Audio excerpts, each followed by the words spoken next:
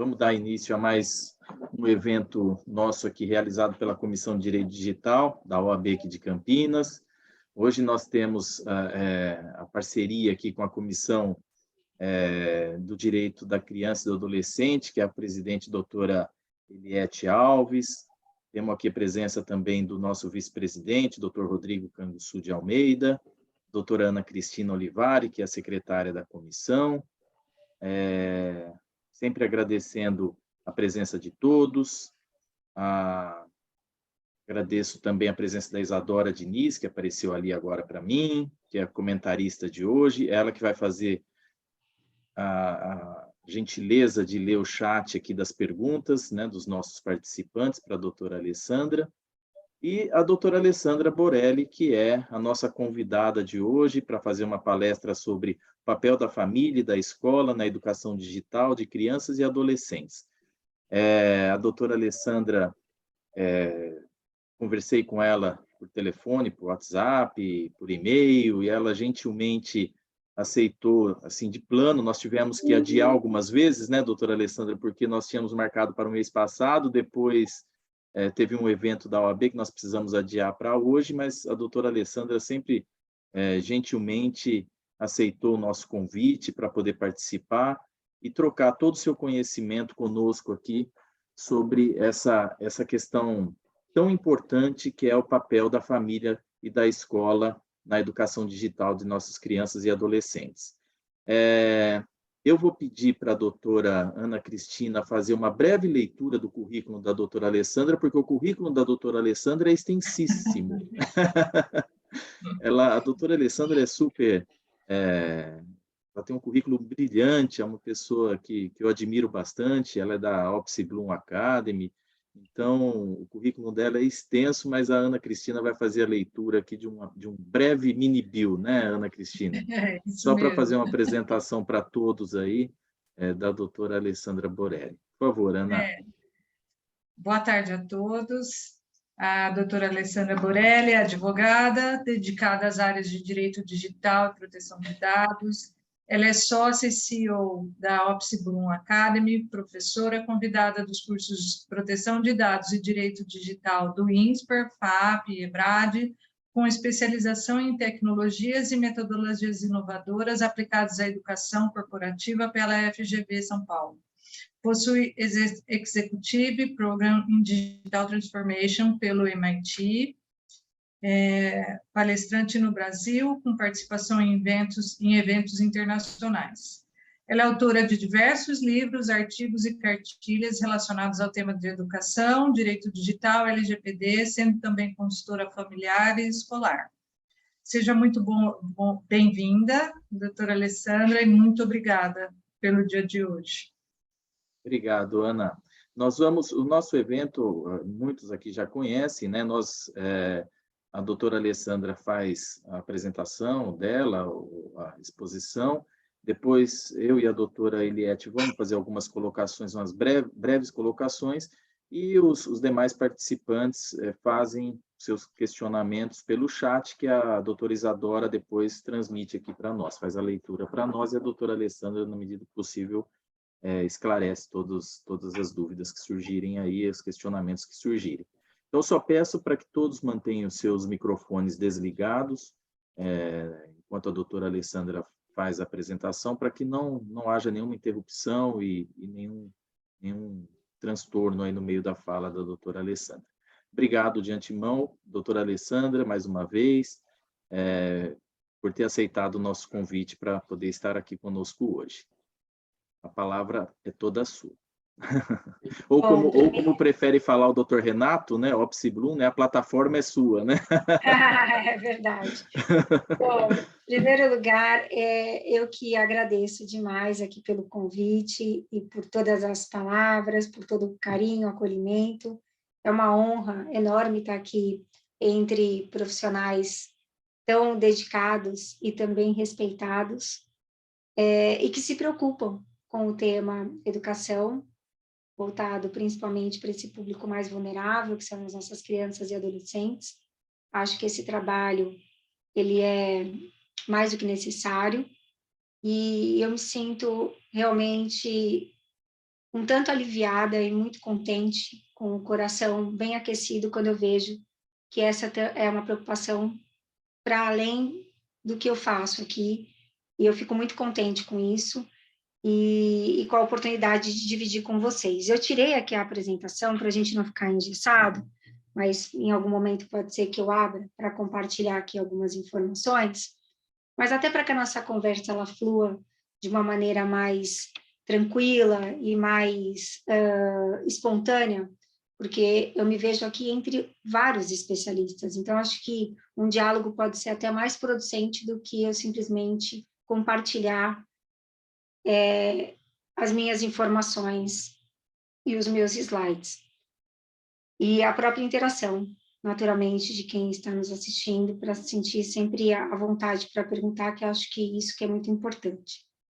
Bom, o que eu tenho dito é que, tanto quanto divertida, o ambiente online ele pode ser perigoso. Conhecer os riscos a que estamos todos expostos nesse ambiente é fundamental para a mitigação de riscos.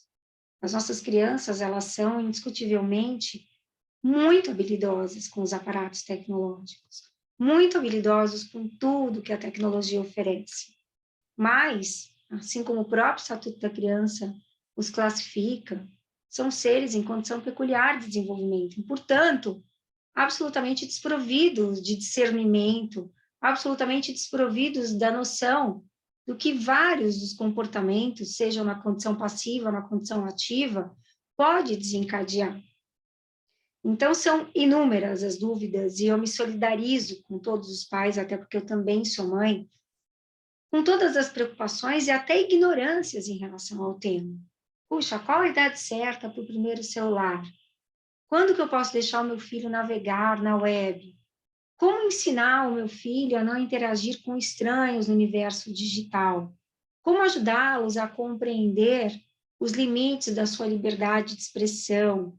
Como ajudá-los a compreender, né, os riscos da demasiada exposição na internet?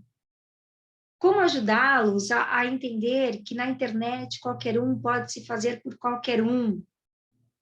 Como fazer com que eles não se sintam tão reféns da tecnologia, apesar de extremamente úteis, e tivemos a oportunidade, durante o período pandêmico, de reconhecer que a tecnologia vai muito além do entretenimento, mas como ensiná-los a encontrar o momento de estar on e offline? Como ajudá-los a compreender de que os likes não têm aquele significado todo que muitos tentam passar a informação de que tem? Como ajudá-los, né, a construir uma reputação digital bacana, a entender que a moda passa, mas o que se faz na internet fica para sempre? Não, o caminho não é proibir. Definitivamente o caminho não é proibir.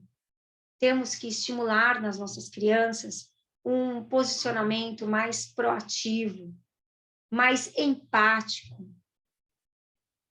Essa habilidade que eles têm com a tecnologia pode e deve ser potencializada para a construção de coisas incríveis, e sabemos que podem construir.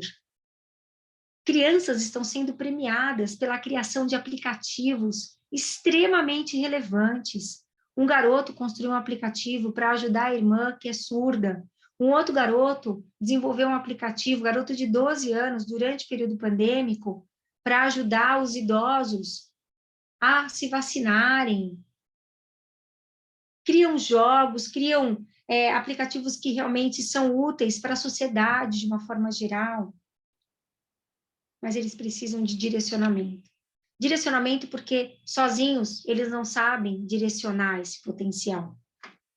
E eu vou compartilhar aqui, sim, alguns slides que retratam um pouquinho do que eu acabei de mostrar aqui para vocês, né? Então, o momento de estar on e offline, né? E aí os pais se perguntam e me perguntam às vezes: puxa, Alessandra, será que Deus sabia o que estava fazendo quando me tornou pai ou mãe? É claro que sim. Eu costumo dizer para os pais: só o fato de vocês estarem aqui ouvindo, só o fato de vocês estarem buscando informações já representa um grande mitigador de riscos, porque precisamos de informação, precisamos realmente saber como conduzir tudo isso. Afinal, somos a última geração a viver essa fase de transição. Daqui a pouco ninguém mais vai falar de analógico, não tem para quem a gente perguntar como é que você fazia na minha época. Agora, tão importante quanto saber o que eles fazem na internet, o que eles fazem com seus dispositivos em mãos, é reconhecer o que estão deixando de fazer enquanto estão conectados. Isso que também deve ser uma preocupação, porque a saúde grita. Crianças estão tendo problemas auditivos, crianças estão tendo problemas e dificuldades para dormir, crianças estão com dores nas articulações, crianças estão potencializando o seu prejuízo com a visão, crianças estão tomando o hormônio do crescimento porque não estão crescendo o suficiente, mas não se considera o fato de que o hormônio do crescimento é liberado durante a noite, e à noite eles ficam abduzidos pelas telas. Crianças estão com síndrome do olho seco, problema na cervical, e com uma série de outras questões que vão muito além disso tudo. Além dos desdobramentos psicológicos e de comportamento, estão acessando a internet cada vez mais cedo. Os que têm hoje entre 15 e 17 anos tiveram o primeiro contato com mais de 12, ao passo que os que têm hoje entre 9 e 10, antes dos 6 anos de idade. Daí me perguntam, Alessandro, softwares de controle parental não podem ser a solução dos meus problemas? Softwares de controle parental são ótimos, são ferramentas auxiliares, mas não substituem o diálogo. Podem ajudar a monitorar o tempo, podem ajudar a monitorar as mensagens, a rastrear o local por onde passam, a bloquear o acesso a determinados conteúdos, ao download de aplicativos, mas nada substitui o diálogo. Por quê? Porque muitas vezes esse software de controle parental ele não é instalado no dispositivo do amigo, no dispositivo do clube, no dispositivo da escola. Então tem que ter conversa e tem que se observar os comportamentos. Então, por exemplo, uso abusivo de jogos, queda do rendimento escolar, abandono das atividades que até então achava super legais, gostava de esporte, gostava de música, gostava de ir na casa dos avós, gostava de ficar com os amigos lá embaixo no prédio, agora não se interessa mais por isso, comendo demais, comendo de menos, dormindo demais, dormindo de menos, introspectivo, não consegue mais conversar olhando nos olhos. E toda essa relação de dependência com as telas, é claro, decorre de alguns estímulos cerebrais, está mais do que comprovado, de que quando ficamos muito conectados, e isso não é só em relação às crianças, perdemos o domínio sobre as nossas atitudes, ficamos com a nossa memória comprometida. Quando tentamos fazer muitas coisas ao mesmo tempo, a nossa frequência cardíaca também é comprometida, ficamos mais acelerados, mais ansiosos, mais impulsivos e muito mais vulneráveis. Pessoas mal intencionadas sempre existiram, mas nunca foi tão fácil ganhar a confiança das nossas crianças.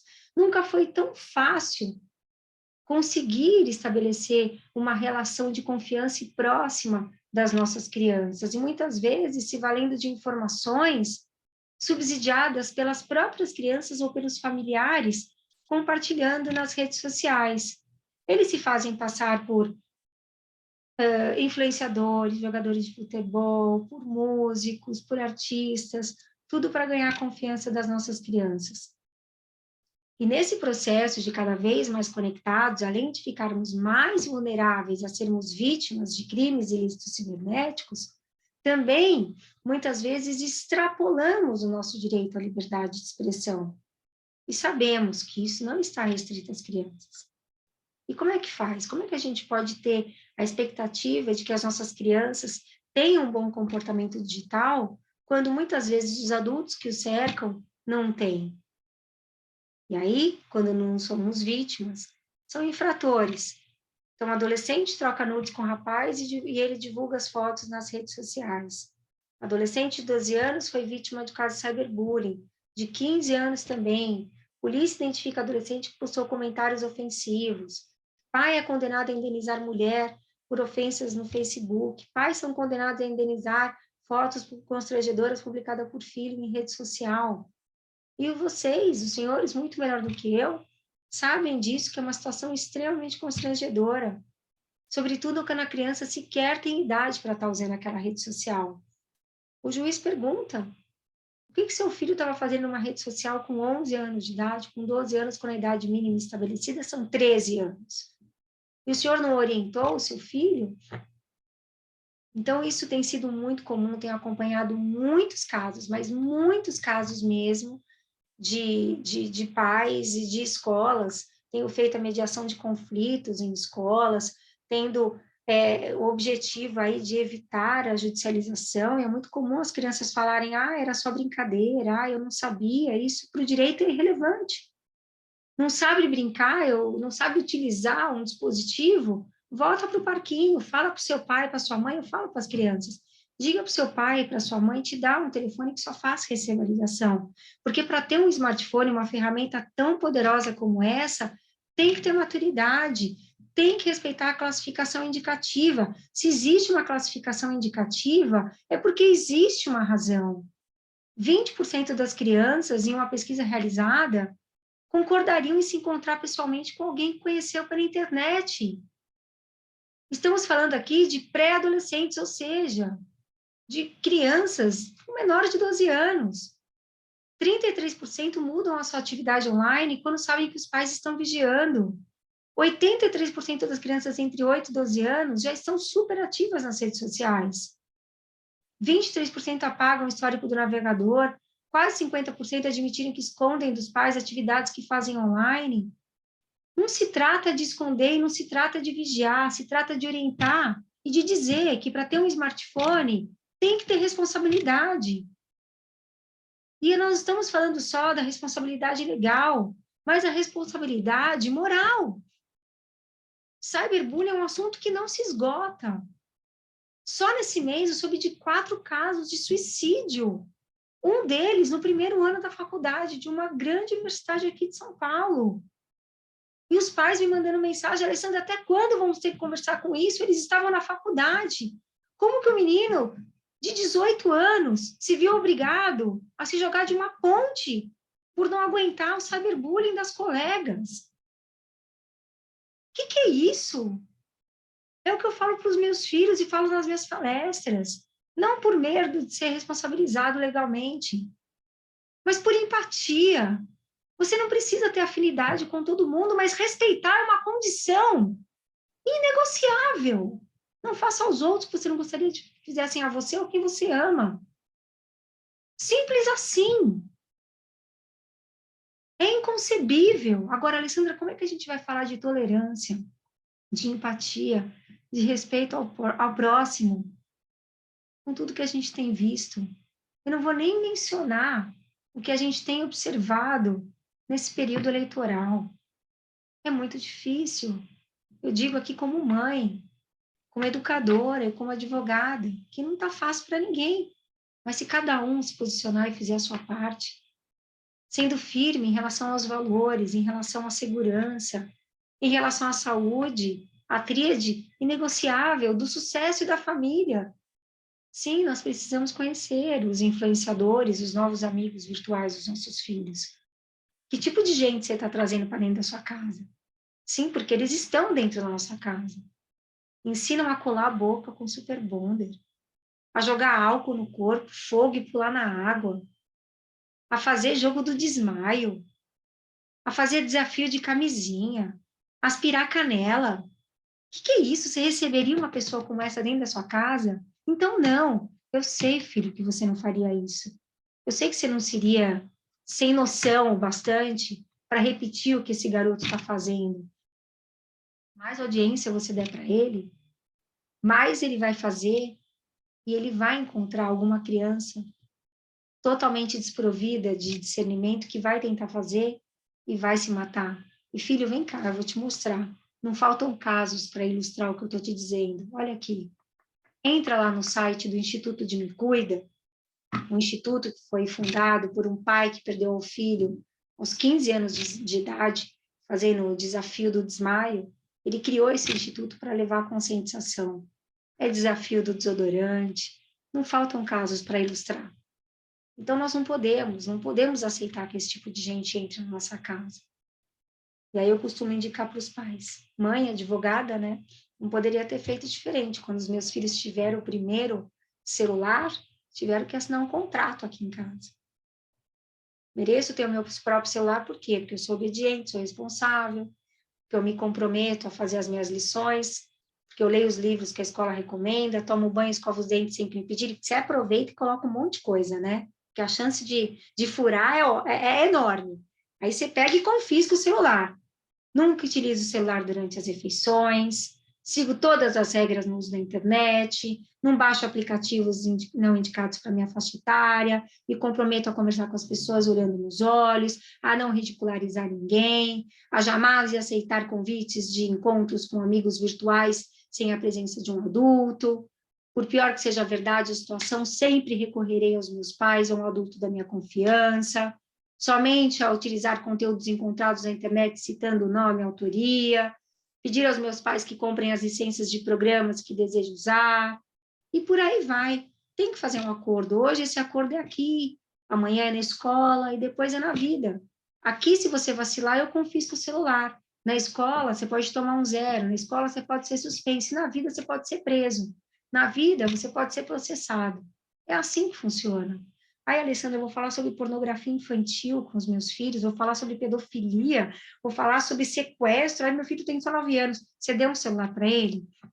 Ele tem acesso à internet? Então, você vai falar sobre tudo. Se você não disser a internet, vai dizer do jeito dela e te garanto que não vai ser da melhor forma. Alessandra, aqui todo mundo realiza a configuração de privacidade do perfil e o que adianta se aceita todo mundo para ser amigo? Não é isso? Agora sim, a escola tem um papel importante, com toda certeza, tanto na Constituição Federal, como no ECA, como na Lei de Diretrizes e Bases da Educação, como no próprio Marco Civil da Internet, a educação tem por objetivo contribuir para o pleno desenvolvimento da pessoa humana, seu preparo para o exercício da cidadania e sua qualificação para o trabalho. Tem como desvincular essas atribuições da educação ao uso da tecnologia? Não tem como. Então, a escola tem que trazer esse assunto para a pauta de forma transversal. Um tema, Alessandra, cidadania digital na grade? Não. Uma forma transversal, vai trazer atividade para fazer, não esquece de indicar a autoria. Cometeu algum deslize, participou de algum grupo que ofende, que expõe ao ridículo, vai fazer um trabalho, vai fazer uma redação, na Semana Cultural, vai fazer uma pesquisa e vai compartilhar com as salas dos menores, medida socioeducativa na escola.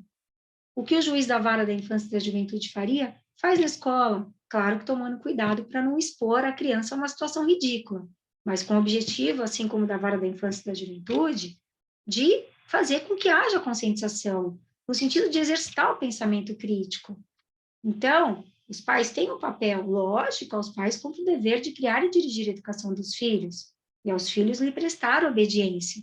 Aquele que por ação ou omissão, negligência, imprudência, violar direito de outrem, ainda exclusivamente moral, comete ato ilícito. São responsáveis pela reparação civil os pais pelos filhos menores, sim, vão pagar a indenização. Além de passar carão, quando o juiz da vara da infância e juventude for aplicar as medidas socioeducativas, além de tudo, ainda pode ser condenado a pagamento de indenização. E isso está chovendo no judiciário. Crimes contra a honra, violação de direito de imagem, praticado por menor de idade, é o que mais tem se visto. Então, é muito importante que se compreenda tudo isso, né? Escola e família precisam, mais do que nunca, caminharem muito juntos. Diferente do que as crianças, adolescentes, os próprios pais pensam, crianças não cometem crimes, mas cometem atos infracionais, que nada mais é do que os crimes praticados, né? Aqueles previstos no Código Penal, eles são considerados atos infracionais. Então, crianças respondem com medidas de proteção e adolescentes com medidas socioeducativas, que pode ser desde uma advertência até uma pena restritiva de direitos e liberdade. O que a gente mais tem visto é a prestação de serviços comunitários. Conteúdo digital não tem devolução. Ah, Alessandra, então você, na sua infância, você era uma fofa, você não fazia nenhuma traquinagem. Fazia, só que você só vai saber se eu te contar, né? Diferente de você que coloca tudo na internet. Diferente de você que deixa tudo registrado. Tá lá e não adianta querer apagar porque vai ficar. E quando eu vejo essa imagem, eu adoro porque eu me chamo a reflexão, né? Que tipo de pai ou mãe o seu filho vê quando te observa usando o celular? Né? E essa é uma reflexão muito importante. É fundamental a gente diminuir a distância entre o que a gente diz e o que a gente faz, em um dado momento que a nossa fala reflita realmente na nossa prática. E é muito comum, de fato, eu tenho ouvido demais nas minhas palestras as crianças falando, Alessandra, eu concordo com tudo que você está falando, mas quem não desliga do celular lá em casa é minha mãe, é meu pai, né? Então, algumas dicas de segurança que não se esgotam aqui, sobretudo porque cada família tem a sua dinâmica, é justamente o básico. Estimular a percepção do certo e do errado, manter um diálogo aberto com os filhos, alertá-los quanto aos perigos a que estão expostos no mundo online, também no offline, como prevenir, realizando a configuração de privacidade junto com a criança, explicando a razão de não exporem tantas informações pessoais sobre a rotina, a privacidade da família nas redes sociais, mantendo-se informado sobre assuntos, se preciso, pedir ajuda para o próprio jovem, para navegar no web, acompanhando a interatividade dos nossos filhos nas redes sociais e jogos online, observando as novas amizades e demais comportamentos, mantendo uma relação de sites permitidos para crianças, né, para acesso das crianças. Puxa, crianças menores de 7 anos, 6 anos, nada de rede aberta, usa Netflix, escolhe lá direitinho, Play Kids, que não tem acesso à internet, estipulem um limite de tempo para navegação, não permitam que seus filhos se tornem reféns da tecnologia, mantenham o computador em área comum da casa, façam uma lista de regras claras e penalidades, muito importante, acompanhem periodicamente o histórico de acessos, deixem claro que a moda passa, mas o que se faz na internet fica para sempre. Tem que observar comportamento, tem que agir tempestivamente, vão brigar, vão ficar chateados, vão dizer, você tinha que assistir a palestra da Alessandra, você tinha que ser advogado, pai, você tinha que ser advogado, mãe, caramba, você não podia ser outra coisa, né? Tanta coisa aqui para me impor, vai dar aula de educação física, pois é, mas depois eles agradecem, ficam aborrecidos, mas observam que mudou o sofá da casa, que cortamos o cabelo, eles se sentem aliviados. Uma vez eu estava numa palestra e perguntei para os adolescentes, né, se eles imaginavam a vida sem internet, sem celular. E uma delas me disse o seguinte, Alessandra, eu não consigo imaginar minha vida sem celular, nem sem internet, mas eu não estou conseguindo gerenciar a minha vida graças a ela. Isso, para mim, foi nitidamente um pedido de socorro, né? Então, veja, eles se sentem sempre obrigados a estarem conectados. Eu costumo também falar que a gente tem que trocar o FOMO pelo JOMO. O FOMO, Fear of Missing Out, o medo de não estar conectado, o medo de estar por fora, pelo JOMO, que é o Joy of Missing Out, pela libertação, pela sensação de, que alívio ter saído desse grupo tóxico, que alívio não estar agora com o meu celular, o pessoal está lá num rolê, hoje eu estou a fim de ficar assistindo minha série, hoje eu estou a fim de ficar aqui com a minha família, vou viajar esse final de semana para um hotel com a minha família ou para a casa da família, que alívio não ter que ficar respondendo. Temos que ter essa sensação de prazer, de estarmos, às vezes, em alguns momentos, desconectados. Porque o grande problema não é só no uso da tecnologia, não é só nas redes sociais, não é só no comportamento, mas essa relação doentia que temos estabelecido com a tecnologia, que nos literalmente nos torna abduzidos do mundo real. E quanto mais abduzidos, mais suscetíveis a errar e sermos vítimas de problemas, porque não conseguimos exercitar o pensamento crítico, porque não conseguimos pensar, porque não conseguimos refletir, porque não conseguimos sedimentar. É tudo a toque de chá, tudo a toque como que fala? A toque de caixa, tudo muito rápido, tudo muito impulsivo. Eu quero comentar, eu quero falar, eu quero estar por dentro, quero emitir o meu posicionamento. Tudo bem se você não tem posicionamento, tudo bem se você não quer. Até porque se você pegou o bonde andando, é bom que você leia tudo para se contextualizar. Porque as pessoas, às vezes, se baseiam num trecho sensacionalista, na última mensagem. O pessoal está se degladiando no grupo do condomínio, tem mais de 1000 mensagens. Você foi dormir, acordou, tem 250 mensagens. Aí você se baseia nas últimas 5 e se posiciona de uma forma completamente equivocada. Você tem noção do quanto ela foi subjetivamente mal interpretada e mal colocada? Pois é. Por isso que, se você não tem tempo e nem saco para acompanhar grupos de condomínio, família, sai! Até porque podemos ser responsabilizados por isso, lembra? Temos um entendimento pacífico do nosso judiciário. Que se você faz parte de um grupo que só ofende, um grupo que só denigre a imagem dos outros, um grupo que tem conteúdo ofensivo e passivo de condenação e de questionamento pelo judiciário, você pode ser responsabilizado. Se colocou um joinha, apelação. Se omitiu, pela omissão. Ai, mas o pessoal vai ficar chateado se eu não ficar no grupo. É aí que tá. Semana passada, uma aluna me falou, Alessandra, eu não me sinto bem no grupo que tá todo mundo fazendo bullying, excluindo uma menina, tal, só que se eu sair eu tenho medo de ser a bola da vez. Não. Temos que ajudar os nossos filhos a criarem as suas próprias convicções e serem firmes em relação a elas. Tá tudo bem se você sair desse grupo. Saia mesmo desse grupo. Se ele não traduz, se ele não representa aquilo que você pensa, aquilo que você sente, saia desse grupo. Sinta-se bem por não fazer parte desse grupo. Entende? Como é que a gente vai fazer com que as nossas crianças criem as suas próprias convicções e absorvam, de fato, os valores que temos tentado ensinar a elas, quando se sentem obrigadas a não ficar sem o celular no final de semana porque o grupo da galera tá mandando um monte de mensagem, aí na segunda-feira eu vou estar descontextualizada. Dane-se que você vai estar descontextualizada. Alessandra, existe a questão do desejo de pertencimento, existe o medo de estar por fora. Temos que trabalhar tudo isso. Eles não podem se tornar reféns assim como nós. E esse trabalho começa por nós. Esse trabalho começa pela referência que somos, pelo exemplo que queremos dar. Então, é sobre tudo isso. Não é um trabalho fácil, sobretudo porque demanda muito um passo importante da nossa parte, que é um comportamento mais saudável das tecnologias, por parte de nós, pais, professores, educadores. Criança vê, criança faz. Somos uma referência muito importante. E não é demais compartilhar com os nossos filhos que o home office está nos sobrecarregando.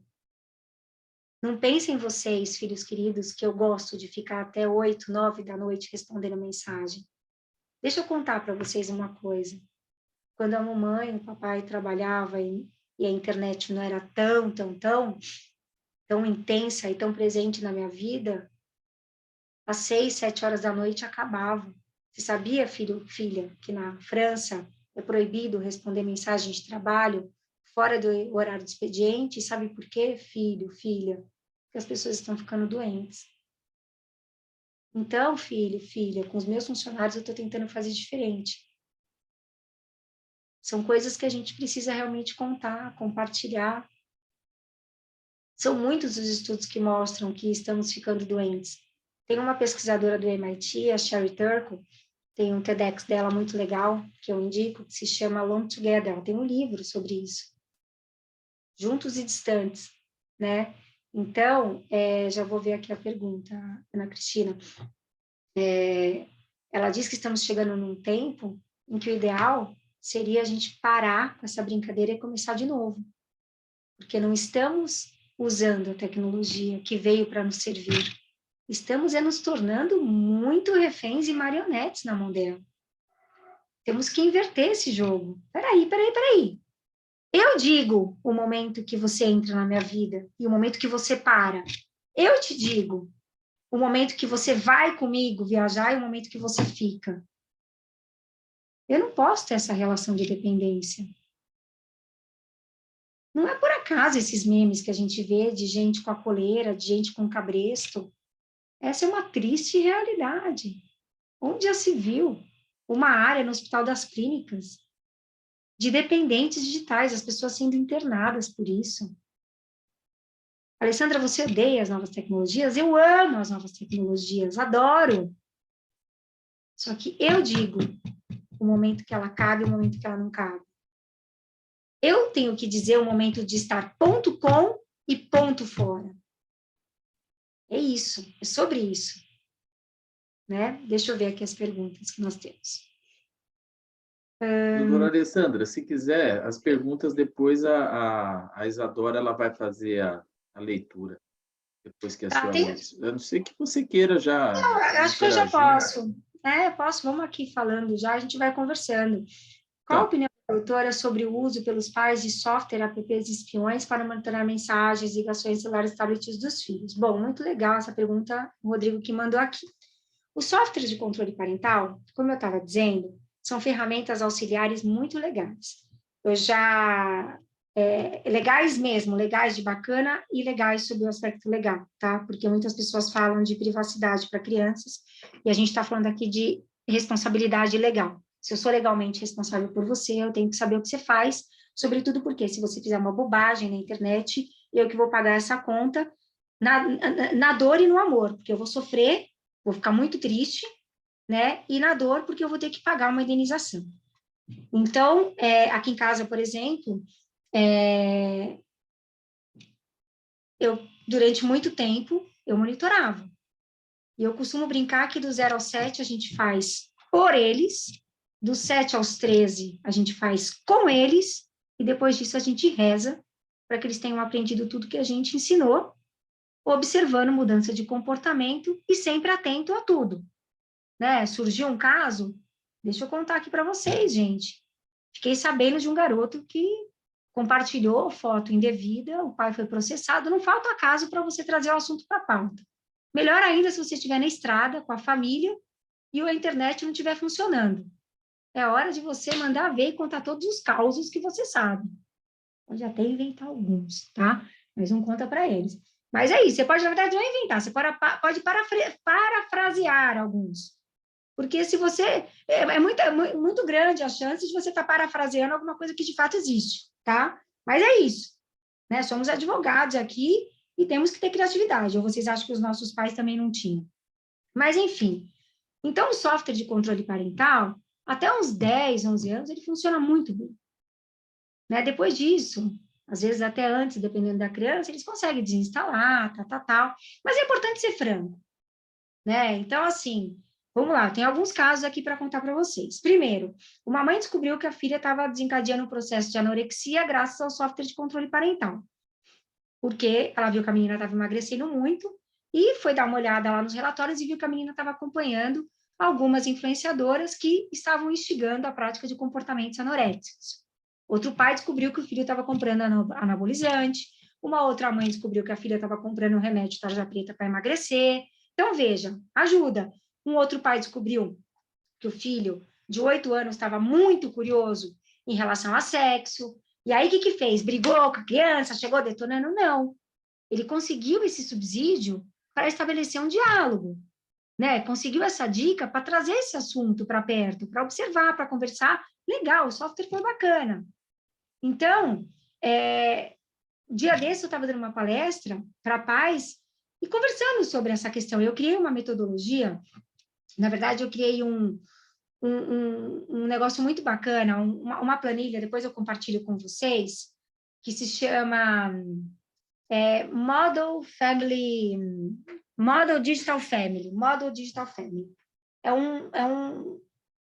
uma dinâmica para se fazer em família, baseado no Business Model Canvas, né? É para a família fazer um detox digital. E estava ali explicando, né, que a gente também precisa fazer esse detox digital. Vamos reconhecer que estamos todos muito conectados. E aí eu falei, bom, depois eu compartilho com vocês, mas tem ali, né, os recursos que você precisa utilizar, a meta que você quer alcançar, e vamos supor que a minha meta seja não usar redes sociais durante a semana, vamos supor. Qual o recurso? Bom, eu, Alessandra, adulta, eu posso instalar no meu celular um software que me ajude com isso. Tá tudo bem. Um software de controle parental para você é mais ou menos isso. E aí um pai me contou que um filho de 15 anos chegou para ele e falou, pai, dá para você reinstalar aquele software de tempo que você tinha instalado no meu celular? Porque eu não estou conseguindo parar de jogar.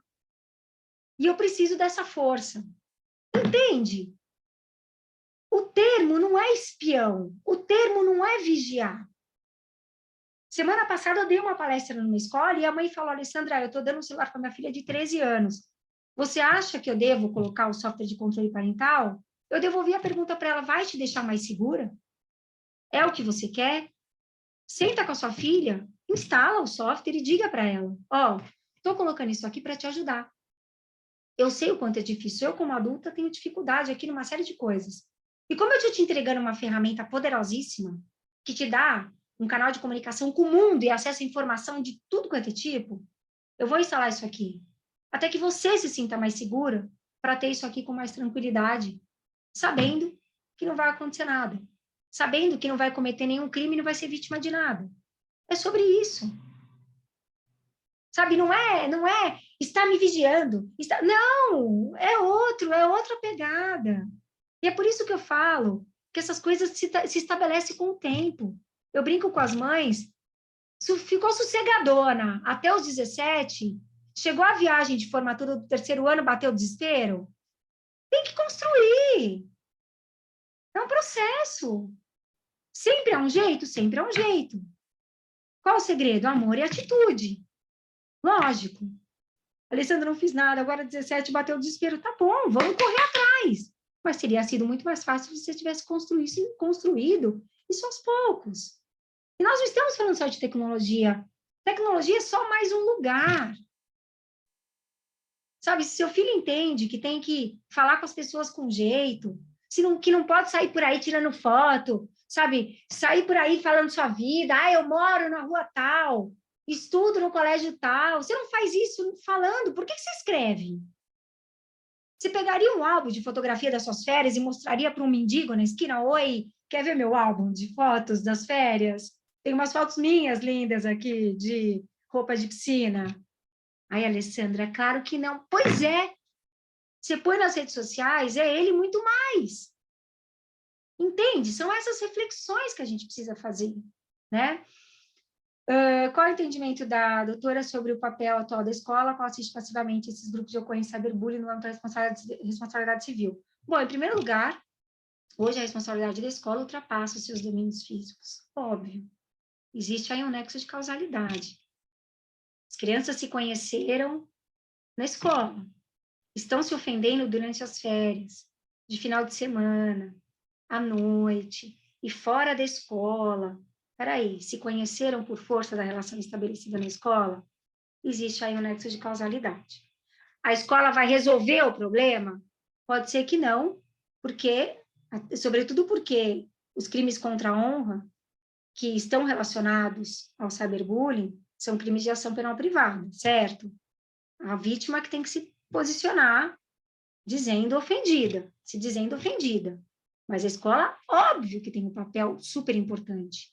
Ela não pode se omitir, e temos várias decisões nesse sentido, para que ela comprove que não existe defeito na sua prestação de serviços e, portanto, sustente a sua defesa numa exclusão, como excludente de responsabilidade. Ela precisa fazer o que está ao seu alcance. E o que está ao seu alcance? Vai apurar as razões, sim. Aconteceu nas férias, vou chamar os envolvidos. Quero chamar aqui na escola o fulano, o ciclano, a mãe do ofendido, a mãe do ofensor, os pais das testemunhas. Quero todo mundo que estava no grupo aqui, alunos e professores.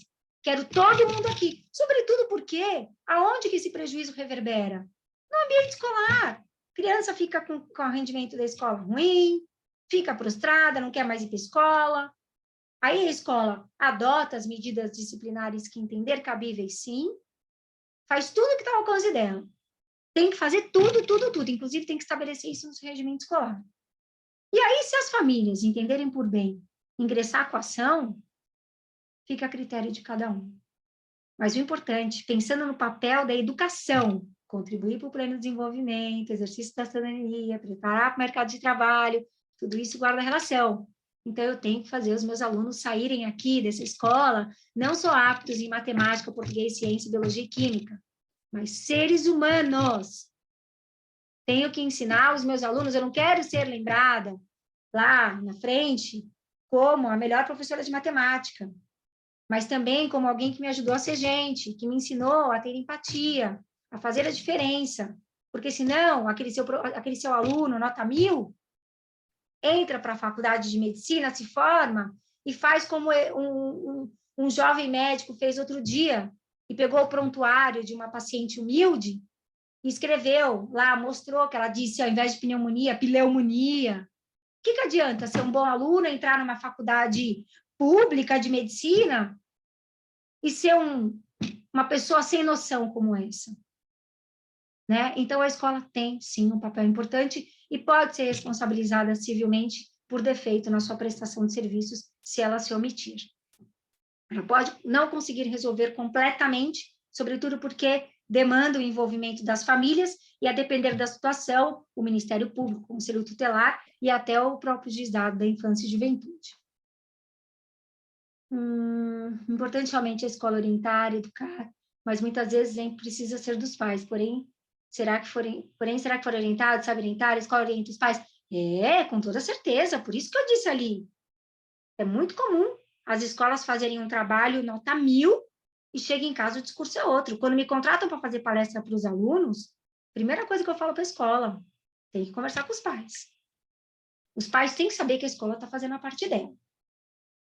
Sabe, às vezes a escola não tem recurso, eu faço um valor bem baixinho, não sei, a gente precisa dar um jeito. Faço uma palestra online, porque senão será inócuo. Se os pais não souberem falar a mesma língua que a criança, vai ser péssimo. E até uma questão de comprovar a diligência, até uma forma de accountability mesmo. Sabe, a escola chega para a família, olha aqui, eu fiz minha parte com os filhos de vocês.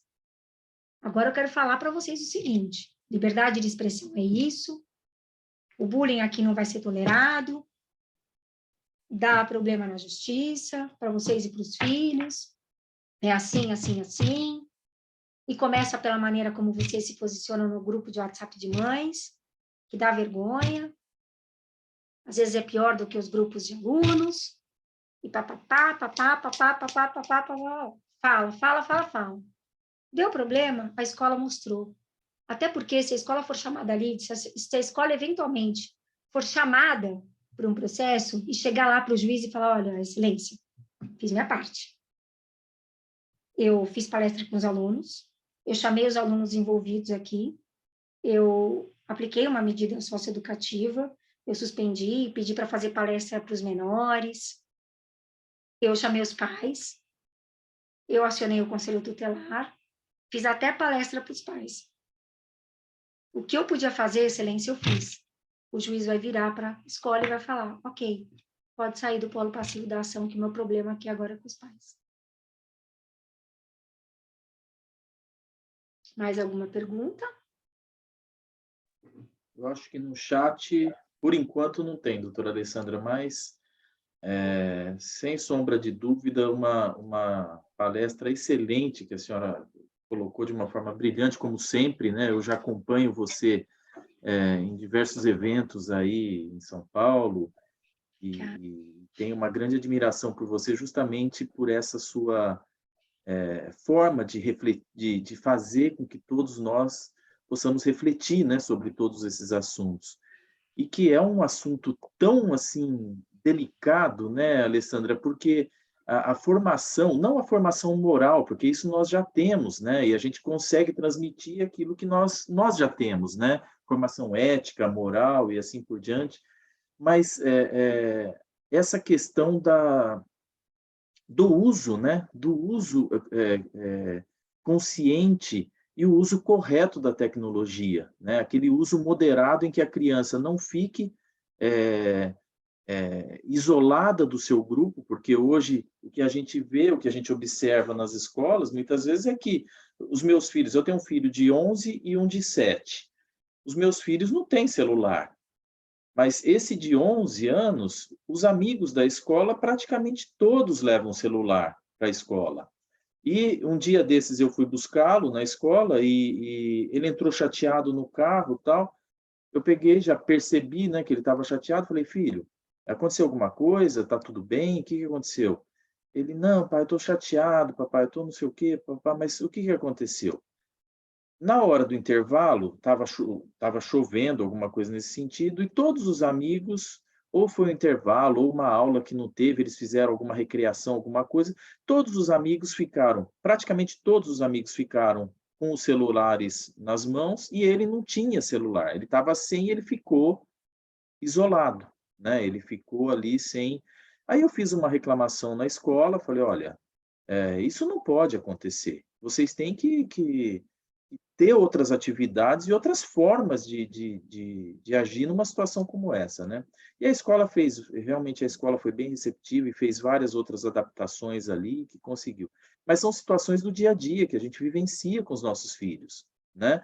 E assim, é bem interessante porque a nossa geração, eu acredito que seja um pouco mais velho que a maioria aqui, a nossa geração que nós pegamos essa revolução, vamos dizer assim, tecnológica, né? E nós fomos pegos de surpresa, e muitas vezes nós não temos esse conhecimento profundo, né, da situação, né, da coisa, e como lidar com isso, né?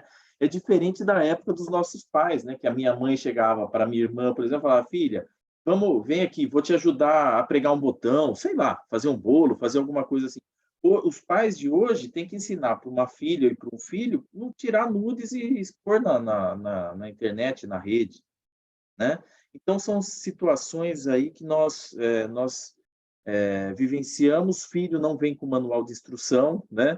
Mas cabe a nós, através de palestras como essa da senhora, da doutora Alessandra, a gente poder ter uma consciência maior e fazer uma reflexão profunda mesmo sobre esse tema que aflige a todos nós, pais, mães e assim por diante, né? Então, não vou me estender muito, mas obrigado, viu, Alessandra, mais uma vez. Vou passar a palavra para a doutora Eliette, ver se ela gostaria de fazer alguma ponderação também, alguma colocação para a doutora Alessandra. Fique à vontade, doutora Eliette. Obrigada, doutor. Doutora Alessandra, parabenizo também. Eu faço das palavras do doutor Carlos as minhas, e eu acrescento algo que até tem me incomodado em algumas palestras, em algumas visitas às localidades, às comunidades de pessoas carentes. E, por exemplo, observo que em algumas famílias com um pouco menos de instrução, de conhecimento, algumas mães, inclusive já presenciei situações nesse sentido, que acham até bonito, acham engraçado, acham interessante o filho, a criança, ter esses acessos, saber manipular um celular, um aplicativo, com conteúdo impróprio para aquela idade. Citando um exemplo, enquanto conversávamos, fazíamos uma entrevista no sentido de saber das necessidades materiais de certa família para oferecer doação de alimentos, no caso, eu observei uma criança, um menino de 8 anos e uma menina em torno dos 10 anos. O menino estava com o celular em mãos. E isso, através da vidraça de um cômodo para outro, eu observei que algo estava engraçado, interessante ali, um mostrava, o outro e sorria. A mãe não se deu conta, e em seguida eu consegui sair e verifiquei. O que acontecia? A menina também estava com o celular. Ambos os aparelhos eram das duas mães. E a mãe, nenhuma nem outra, percebeu o que eu consegui vislumbrar.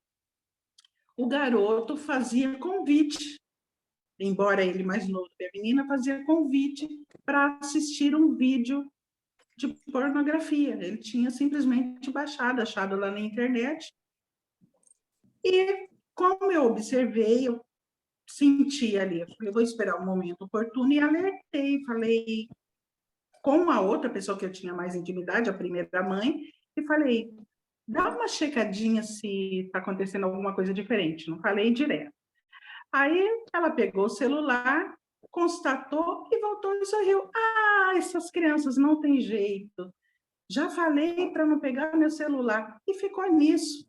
Então, é uma situação que, como chegar, como reunir, ou que trabalho tem sido feito nesse sentido, doutora, para que os limites sejam estabelecidos prioritariamente para certos pais e mães que ainda não entenderam a complexidade e o perigo que tem em certos acessos com essa falta de limite, como já foi dito?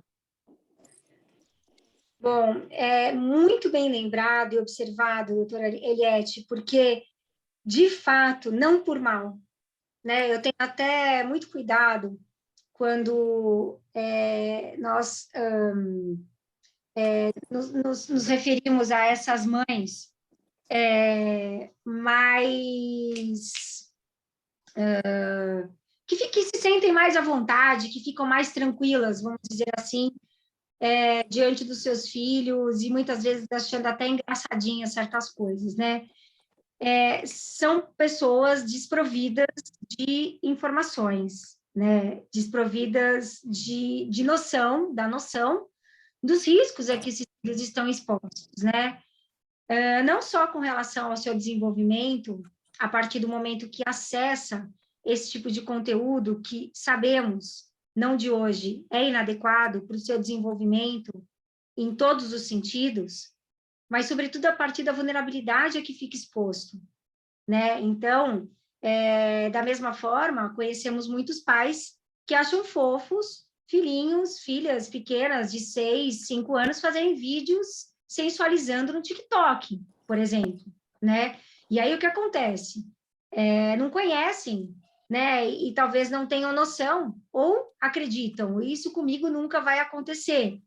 Mas não só a possibilidade do aliciamento para uma aproximação, não só a possibilidade de uma aproximação de um aliciador, de um molestador, mas também a de se obter, a de se utilizar essas imagens para um mundo obscuro, porque sabemos, imagens de crianças também são utilizadas de forma comercial. Existe a cyberpornografia. Fotos, imagens de crianças são vendidas, trocadas entre essas pessoas. Então, aquelas fofurices do seu filho, da sua filha pequenininho, dançando, dormindo no troninho, sabe, comendo, chupando sorvete, de biquíni na praia, rebolando, não sei o quê, é algo que atrai a atenção desses doentes, dessas pessoas malucas, dessas pessoas ruins, que sabemos que pedofilia é uma condição médica, nem todo pedófilo é criminoso, né? Mas existem pedófilos que são criminosos e existem criminosos que não necessariamente são pedófilos, enfim, não sei. Mas o fato é que esse conteúdo atrai. Então, os pais realmente não têm noção, né? Não têm noção e acham uma graça. Fora aqueles que são desprovidos de intelecto também, né, Eliette? Então, dia desses eu fui também dar uma palestra numa escola e eu percebi que os pais, muitos pais que estavam ali presentes, eram muito humildes, mas muito humildes. E aí eu tive que ter, assim, muito carinho, muito cuidado na hora de falar. Porque se eu falar para elas software de controle parental, não faz sentido, entende? Então, para cada público, vocês que são aí multiplicadores desse conteúdo tão importante, a gente precisa realmente ter o cuidado e customizar a nossa fala. Além de cuidar dos nossos, pensar na maneira como a gente vai levar essa informação para todos. Porque para cada um é diferente. A maneira que eu falo, quando eu estou conversando com crianças de 9 anos, é absolutamente diferente da maneira quando eu falo com crianças do 9º ano, do ensino médio. A mesma coisa, se eu estou falando com mães de um colégio muito elitizado, eu vou falar sobre certas coisas que sei os filhos têm acesso. Uma escola ok. Uma escola muito humilde, eu vou falar de um jeito muito diferente. Para essas mãezinhas mais humildes, não adianta eu falar, olha, observe o software de controle parental, porque muitas delas não sabem nem ler e escrever. E é por isso que às vezes acham uma gracinha.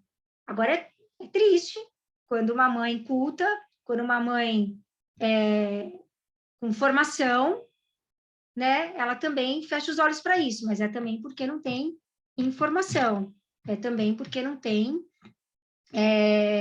orientação, não falta amor, falta informação, orientação adequada. Por isso que é importante a gente falar, né? Só o fato de você estar aqui já é um mitigador de risco, você vai observar. Se seu filho, de repente, fecha o celular quando você chega perto, se seu filho gosta de ficar na tela trancadinho no quarto, né? Se seu filho está vendo uns influenciadores que só falam palavrão, se seu filho, de repente, começou a colecionar desodorante spray, aerosol, se seu filho, de repente, começou a usar a blusa de moletom num dia de calor, se seu filho começou a se queixar de muita dor de cabeça, tá com os olhos vermelhos, não tá dormindo bem, tá comendo muito, tá comendo pouco, você já vai desconfiar. Você já vai pensar, opa, deixa eu dar uma observada aqui com quem ele está interagindo, quem são essas pessoas que, né, não é por acaso que o cara chama influenciador digital, porque ele de fato influencia. E com aquele jeitinho todo de casa, né? Se você está na cozinha e o teu filho está na sala, você acha que é seu sobrinho que chegou. Porque o negócio é muito familiar, né? Então tem que ficar atento, né? Eu sempre quis ser mãe. Amo a maternidade, acho que eu devia ter tido uns 5 filhos, pena que só 2. Mas vamos combinar, sabia que não ia ser fácil, imaginava, mas vamos combinar que a tecnologia colocou uma cerejona nesse bolo. Não está fácil para ninguém, mas a gente consegue. É verdade. Isadora, você gostaria de falar alguma coisa, de fazer alguma Olha, eu achei intervenção aí? fantástico tudo que a doutora Alessandra colocou. Não sou mãe, mas é tão desafiador que dá até vontade, né? Começar a ficar mais atenta aí com os filhos dos meus amigos, que eu convivo bastante. Essa questão dos sinais, eu achei super pertinente. Eu estava lendo umas matérias sobre o assunto um pouco antes, né? Para dar uma pesquisada aí antes da palestra e tal, e eu vi uma reportagem super legal na Folha, até anotei o nome da pessoa que fez a matéria, eu não conhecia. Ela chama Mariana Mandelli, é do Instituto Palavra Aberta. E aí ela colocou uma ponderação assim na reportagem, ela fala, se você não deixaria uma criança sozinha num ambiente público, né, numa praça, por que você vai deixar ela sozinha na internet? E como é importante aí essa questão dos pais estarem sempre atentos, dos pais perceberem o que está acontecendo. E aí ela traz 2 pontos que eu compartilho aí desse entendimento, que seriam os grandes desafios, né? O primeiro é como você ser exemplo de um ambiente que você nem sempre está familiarizado, né? Porque essa questão da internet, ela vai perpassando aí as gerações, e até mesmo pessoas, assim, da minha idade, que estão ali nos 30, 35 anos, não são tão familiarizadas, assim, no seu dia a dia com a internet, é uma coisa nova, né? E o uso, assim, é ostensível. Eu sempre, quando conto coisas, por exemplo, da minha adolescência, das coisas que eu aprontava, converso com as minhas amigas, eu sempre falo, não, e lembrando que nessa época não tinha internet, então não tinha Graças a WhatsApp, Deus, não né, tinha Janine? Instagram, né? Então, assim, até para gente que, assim, não sou tão nova, mas também não sou, tenho 30 anos, tô aqui numa faixa da geração, acho que é Z, né? Ou geração Y, não sei, enfim. Mas a gente viveu muito tempo da vida sem a internet e agora a gente tem esse compromisso de educar crianças que já estão inseridas nesse ambiente há muito tempo, desde, né, de uma forma natural, desde que nasceram aí, desde os seus 6, alguns 11 anos, 5 anos, 4, a depender ali da família, né, da liberdade que ela dá para a utilização desses meios. E aí o grande exemplo é ter esse olhar crítico, né, de você sempre se perguntar o que você está acessando, que conteúdo você está acessando, o que você está compartilhando, o que você está fazendo com os dados que você tem acesso, e dar esse exemplo para os filhos, né, de ter essa visão crítica e se perguntar, poxa, será que é realmente verdade isso que está escrito aqui?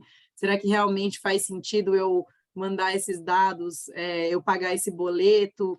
A gente ter essa visão crítica e ensinar as crianças a ter isso também, né? Falar, a gente não pode acreditar em tudo que a gente está vendo, recebi aqui esse e-mail, olha só, vou pesquisar, recebi essa notícia, vou pesquisar. Isso é um papel importante. E um outro ponto, né, com relação à escola, é que essa questão do comportamento ético, da cidadania, como a doutora Alessandra muito bem colocou, tem que estar de forma transversal, né? A gente ensina ética, a gente ensina cidadania, a gente ensina análise crítica, postura, caráter, essas coisas, de um modo geral, não tem que fazer essa separação, né, entre, você precisa ser ético no ambiente offline, mas você pode fazer cyberbullying, né, então, de como a escola tem esse papel de orientar e de dizer para as crianças que a internet, a tecnologia já é parte do dia a dia delas, e que os mesmos valores que a gente está ensinando aí, eles não têm que ser dicotomizados, né, no mundo fora e no mundo dentro da internet, é uma coisa só, né, o caráter, a cidadania, a ética faz parte da construção da pessoa e vai ser exercida em qualquer desses dois ambientes. Exato, exatamente. É isso. É por aí, já pode ser mãe, Isadora. Vamos ver. Mas Não, deixa eu falar uma coisa. Desculpa, fala. Pode falar, doutora Alessandra. Não, eu ia entrar aqui na próxima questão do Gustavo, mas pode falar, doutor Carlos, por favor. Não, mas é interessante isso, porque que a Isadora colocou e vai ao encontro exatamente com o que a doutora Alessandra também pôs, né, sobre o exemplo que a gente dá, né, para os nossos filhos. Aqui em casa, né, dando um exemplo, né, nós evitamos ficar com o celular em cima da mesa, quando está no horário do almoço, no horário do jantar, ou ficar todo momento ali com o celular, porque as crianças ficam observando isso, né, as nossas atitudes também, né? E aqueles pais que chegam na escola, né, colocam o check-in quando chega na escola, depois tira foto da criança com o logo da escola e posta nas redes sociais, né? Poxa, ele tá dando todas as informações para as pessoas mal intencionadas ali, né, da vida, da atividade, né, da atividade, né? Mas era só essa colocação, né? Não, é isso mesmo. O Gustavo perguntou assim, a maior responsabilização das plataformas poderia ser uma saída para inibir a divulgação de certos conteúdos? Pois é, quem dera, é o que a gente está tentando buscar há tanto tempo, né? A responsabilidade das plataformas. Inclusive, a gente tem aqui uma legislação muito, muito legal, que eu estou botando maior fé nela, que é o DSA, não sei se vocês conhecem.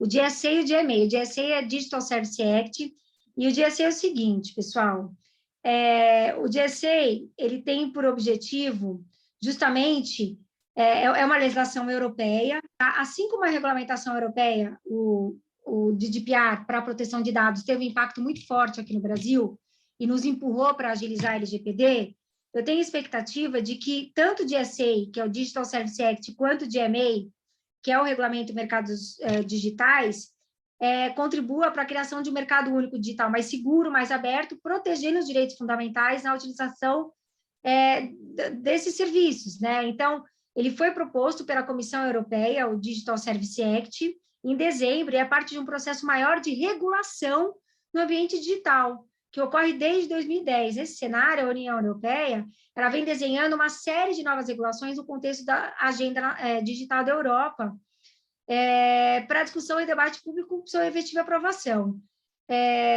Deixa eu falar aqui para vocês. Espaços, fazer com que o ambiente online seja um espaço mais seguro. Eu mesmo tenho várias representações perante o Ministério Público por conta desses influenciadores que ensinam as crianças a praticar esses desafios, né? Não deveria estar fazendo isso. A própria plataforma deveria, de antemão, impedir o upload de um vídeo que ensina a botar fogo no corpo, que ensina a aspirar aerosol de desodorante. Agora eu vou ter que ficar me preocupando, até porque isso enxuga gelo. Eu consigo tirar um, amanhã aparece 10, parece Gremlin, né? Então, o regulamento ele segue a lógica de tudo que é proibido fora da internet deve ser mantido dessa forma também na internet. Então, aqui está a minha expectativa. Ai, gente, olha quem chegou, que fofa! Doutora Valéria Reani. Olha só. Então, o regulamento ele segue a lógica de tudo que é proibido fora da internet deve ser mantido também na internet, né? Fora da internet, de forma a prevenir a distribuição de conteúdos ilegais no espaço digital, protegendo os direitos fundamentais dos usuários, fortalecendo o mercado interno e permitindo uniformidade e consciência do quadro jurídico europeu que tange as plataformas digitais. Então, quem sabe, Gustavo, a nossa esperança esteja aí. Mais uma vez, Europa saindo na frente, quem sabe nos empurrando aqui para a gente criar um ambiente digital mais seguro e não só para as nossas crianças, mas para todos nós também. Então, guardem isso, depois pesquisem sobre o DSA e o DME. Maravilha, que ótimo. Bom, mais alguma colocação? Não? Então, acho que podemos já ir finalizando, né, doutora Alessandra? Mais uma vez, agradecendo imensamente a sua disponibilidade em realizar e aceitar o nosso convite no dia de hoje, sabendo que você está super gripada com influenza, né? Aí e deu esse show todo, né? Super influenciada é. Agradecer a participação e presença de todos aqui, da doutora Eliette, da Comissão da Criança e do Adolescente, aqui da OAB de Campinas também, doutor Rodrigo Canguçu, vice-presidente da Comissão de Direito Digital, doutora Isadora Diniz, obrigado, viu, Isadora, pela participação também, doutora Ana Cristina, enfim, participação de todos vocês, e desejar a todos um bom final de semana e cuidado com os nossos filhos aí, nas redes sociais. Tá bom? É isso aí. Pode falar. Fala, Oreste. Você gostaria de falar alguma coisa, Oreste? Ah, só tchau, tchau. Então tá. Muito obrigada também, pessoal. Foi um prazer encontrar aqui com vocês. Tenho certeza que, como esse assunto, eu sou muito apaixonada, vai ser remédio para a minha recuperação. Eu me canso de falar sobre isso. Eu gosto muito, faço realmente com muito amor e me sinto muito bem quando eu consigo, principalmente quando eu consigo estar entre amigos que pensam como eu e que também estão preocupados com a mesma coisa. Então, muito obrigado, contem sempre comigo. E eu peço também que quem ainda não acompanha o meu perfil no Instagram, passe a acompanhar, porque daqui uns 15 dias, se Deus quiser, eu vou ter uma surpresa muito especial lá para compartilhar com vocês. E eu quero que vocês saibam de antemão. Quero que vocês saibam diretamente por mim, tá bom? Tá bom. Se cuidem muito. Valéria, delícia, saudades de te ver, muito bom aqui, viu? Um abraço para você, Alessandra. Desculpa ter chegado agora, mas eu estou com uma porção de coisinha também aqui, mas um prazer te ver, tá? Prazer é todo meu, querida. Um abraço, um beijo para todos. Obrigado, Alessandra. E estima melhoras, viu? Muito obrigada. Melhoras, doutora. Tchau, Um um beijo. abraço a Vamos fazer todos. a Tchau. foto, doutor? Ah, vamos. Você faz a foto aí? Você já não fez, Ana? Faço. Então Será vai, que vamos lá. alguém Quem mais vai puder. abrir Quem gostaria de abrir a câmera, pode abrir para a gente tirar a nossa fotinha aqui, para pôr na rede. Pode ir? Pode tirar. Pronto. Tá, joia. Obrigado, Ana. Tchau, pessoal. Até. Tchau, pessoal. Obrigada Obrigado, a viu? Obrigado, todos. doutora Bom final Alessandra, de mais uma semana. vez, viu? Bom final de semana para todos e todas aí. Igualmente. A todas. Tchau, tchau. Tchau.